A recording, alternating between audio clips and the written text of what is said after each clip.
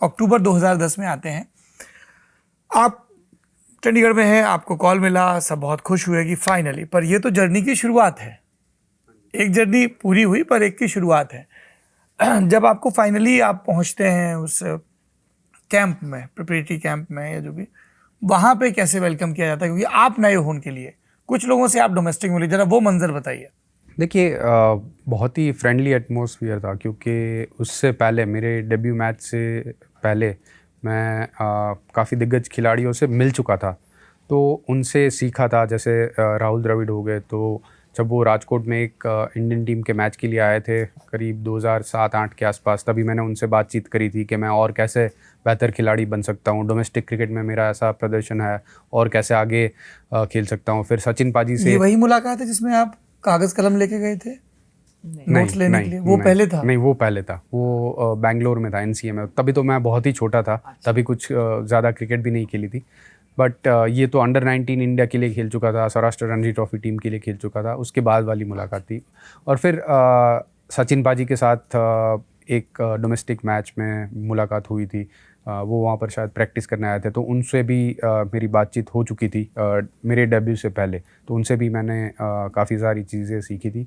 तो थोड़े familiar faces थे, उनको पता था कि चेतेश्वर कौन है, डोमेस्टिक क्रिकेट में कोई एक प्लेयर है जो परफॉर्म कर रहा है और उसको मौका मिला है। तो थोड़ी फेमिलियरिटी थी। उसके बाद जाके जब पहली बार ड्रेसिंग रूम में गया, तो एक स्पीच देनी होती है।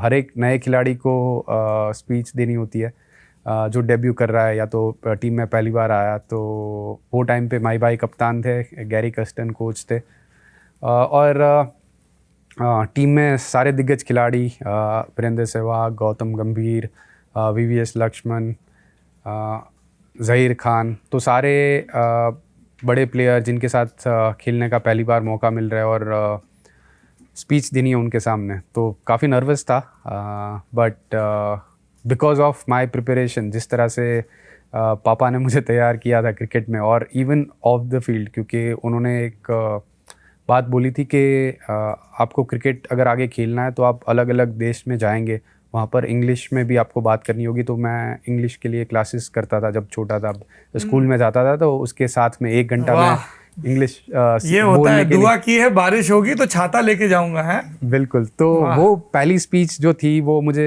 ऐसा बोला गया कि इंग्लिश में आपको अगर कंफर्टेबल हो तो आपको उसमें बोलना है। तो ऐसी एक चेयर, क्योंकि ऐसा नहीं, चंडीगढ़ में था। अच्छा। मैच, क्योंकि हमारा पहला मैच चंडीगढ़ में था, वहाँ पर पंजाब में। तो उसके बाद दूसरा मैच बेंगलोर में था। तो पहले मैच में मैं जब टीम के साथ मिला, होटल रूम, ऐसा कॉन्फ्रेंस रूम था जहाँ पर बहुत सारी चेयर्स थी, हम लोग सब बैठे थे, और एक माही भाई ने चेयर खींची और बोला कि इसके ऊपर खड़े होके स्पीच देनी है। चेयर के ऊपर खड़े होके? क्योंकि हाँ, ये एक रिचुअल है टीम का कि जो भी नया प्लेयर आता है उसको खड़े रह के सबके फेस दिखने चाहिए और उसके बाद आपको स्पीच देनी है। तो मैंने जो दिल की बात थी वो पूरी बता दी इंग्लिश में। क्या?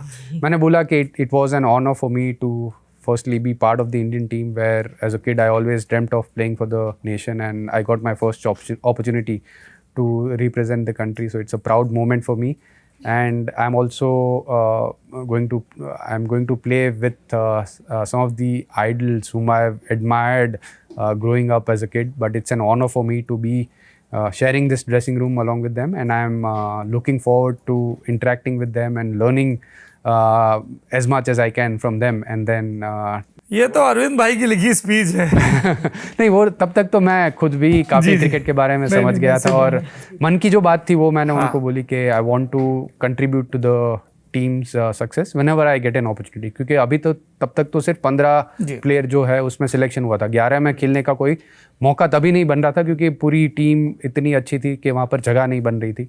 मेरा डेब्यू सेकंड मैच में इसीलिए हुआ कि लक्ष्मण भाई को बैक इंजरी, थोड़ा स्पैज़म हुआ था, इसकी वजह से वो मैच नहीं खेल पाए, और इसी की वजह से मेरा डेब्यू हुआ था 2010 में बेंगलोर में सेकंड टेस्ट मैच में। बट पहला टेस्ट मैच मुझे अभी भी याद है कि बहुत ही इंटरेस्टिंग टेस्ट मैच हुआ था। आखिरी विकेट में लक्ष्मण भाई ने बहुत ही अच्छी बल्लेबाजी करी थी ईशांत और प्रज्ञान ओझा के साथ, और वो एक यादगार टेस्ट मैच था। बट उसके बाद जो सेकंड टेस्ट मैच हुआ वहाँ पर मेरा डेब्यू हुआ था। और फिर जिस तरह से बात हुई और जो एनवायरनमेंट था वो काफ़ी फ्रेंडली एनवायरनमेंट था टीम का, कि कहीं पर मुझे ऐसा नहीं लगा कि मैं कोई अलग जगह पे आ गया हूँ, इतने दिग्गज खिलाड़ी है उनसे मैं कैसे बात कर सकता हूँ। सारे प्लेयर्स बहुत वेलकमिंग थे और कभी भी किसी प्लेयर्स को क्रिकेट के बारे में कुछ भी बात करी, कुछ भी पूछा तो बहुत आसानी से और बहुत फ्रेंडली कन्वर्सेशन हुआ करता था।